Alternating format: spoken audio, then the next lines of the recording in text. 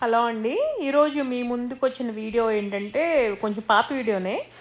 మా first home యూఎస్లో కొనుక్కున్నదనమాట.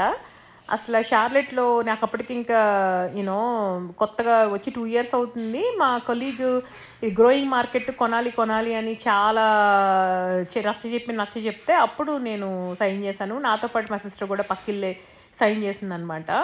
అప్పటికి ఇప్పటికీ హౌస్ ప్రైజెస్ షార్లెట్లో డబుల్ ట్రిపుల్ అయిపోయినాయండి. అసలు అది this was definitely one of the best investments అని చెప్పాలి.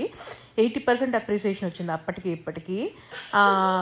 అంటే ఒకటండి, రెంట్కిను మనకు మార్టిగేజ్కి పెద్ద డిఫరెన్స్ ఉండేది కాదు అప్పట్లో, ఎందుకంటే ఇంట్రెస్ట్ రేట్స్ తక్కువ ఉన్న వాళ్ళు. ఇప్పుడు కొంచెం డిఫరెన్స్ ఉంది, but still I would say it's totally worth investing in a home and appreciation అవుతుంది కాబట్టి చాలా చాలా మంచి ఇన్వెస్ట్మెంట్. ఎక్కడైనా కూడా ఇండియాలో అయినా సరే ఇప్పుడు మనకు అన్ని అపార్ట్మెంట్స్ అయిపోయినాయి కదా, ఇండివిజువల్ హోమ్స్ తక్కువ అయిపోతున్నాయి. సో అపార్ట్మెంట్స్ లైఫ్ వచ్చి 56 years కంటే ఎక్కువ ఉన్నది అంటున్నారు. అదే యూఎస్లో అనుకోండి, ఎక్కువ ఇలాగా ఫ్యామిలీ హోమ్స్, టౌన్ హోమ్స్కి చాలా చాలా ఎక్కువ ఉంటాయి అనమాట, because of so much land అవైలబుల్గా ఉండడం వలన.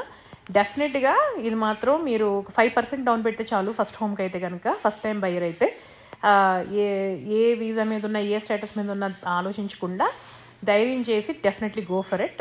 బికాజ్ నేను ఒక్కదాన్నే కాదు, నా తర్వాత చాలామంది ఫ్రెండ్స్ కొనుక్కున్నారు ఒకళ్ళ తర్వాత ఒకళ్ళు, without even knowing whether they are gonna stay here for long time అనేది. And it has helped a lot. ఇప్పుడు మేము రీసెంట్గా లాస్ట్ ఇయర్ మా సిస్టర్ మేము కూడా మళ్ళీ వేరే చోట వెడ్డింగ్టన్ అని చెప్పి వేరే ఏరియాలో కొనుక్కుని పక్కన ఇల్లు తీసుకున్నాం మళ్ళీ. And we కెప్ this houses and renting out for now. And కొత్త హోమ్స్ వీడియో మళ్ళీ ఇంకోసారి వీల్ అప్లోడ్. Thank you.